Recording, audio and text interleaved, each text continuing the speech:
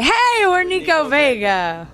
Just because I heard it on the radio yesterday, but there's this Elton John song called Someone Saved My Life Tonight. I mean, it's a really famous song, but that is a brilliant, like emotional, like gut-wrenching song. And it's like melodic and the production's incredible. I was like blowing my mind. I'm trying to think. There's a few songs that I think are just complete masterpieces. I'm gonna let you answer next because I want to. You want to drag it out a little bit? A couple songs. I know your answer. Nah, couple songs like that I've like just heard, you know, on the whim or something when I was a kid and stuff that just like floored me. I'll always remember two songs. One, "House of the Rising Sun," the version by the Animals, and then second would be "Let It Bleed" by Rolling Stones. You know, with that intro, that guitar intro, and it's just like, and then the acoustic, and then, you know, it's just shaking. Makes me shake. It's so good. I think there's some, for me, like some real masterpieces. I don't know. I like that song by Imogen Heap called "Hide and Seek," and every time I listen to it from beginning to end, I'm just like, my mind is blown sometimes just with the melody work. And then the other one would probably have to be the Leonard Cohen song that Jeff Buckley covered, the Alleluia song. Is just insane. That song, you listen to that from beginning to end, you're just like, this is a masterpiece.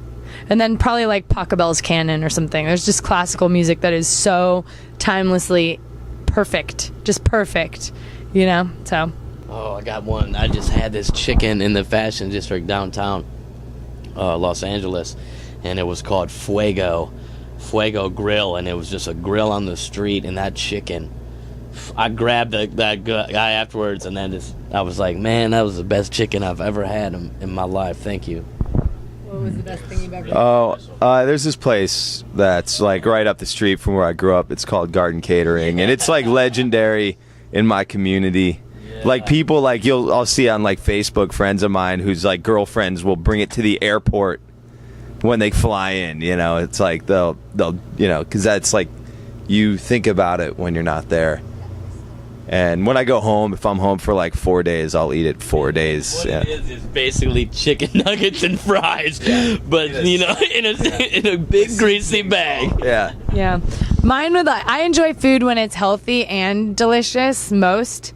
So I would say maybe like the tiramisu from Cafe Gratitude in San Francisco is like, it's just unbelievable, and it's all like raw food, but it's like real tiramisu. Like it tastes just as good as.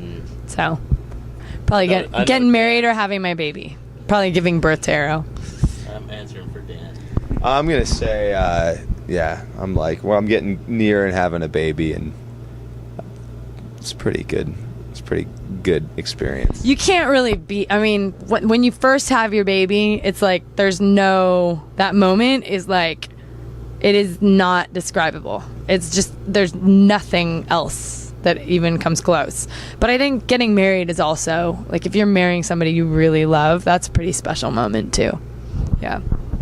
I remember when I was like 14 and played the talent show in junior high, and how like everything shifted for me after that, and then I knew what I was going to do after that, but I always remember that time as being like The best stage show of your life. What the is going on? It was just like, it was a whole different world, you know, and I chase that world every day.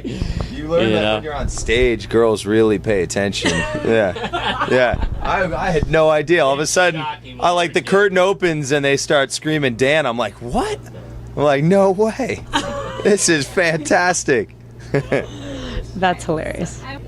Man, it's awesome. It's great for everybody. I think the only hard thing is like it's not as sustainable as it was before, you know, like you just hop in a van and sleep on floors or whatever, and you can do that, and you can do it no matter what. Now there's a lot more planning that goes into it, and but then again, we all get to reap the rewards of, you know, what it's like having a baby on the road. It's more comfortable for everybody too. So I'm a little jealous of the baby sometimes. I mean, you know what I mean, to be that age and be on a tour bus. I mean, look at like the stuff you can get into on this thing is amazing. Yeah, it's like, Wow, yeah, to open. yeah. In heaven. We're Nico Vega. Come follow us on Yapper.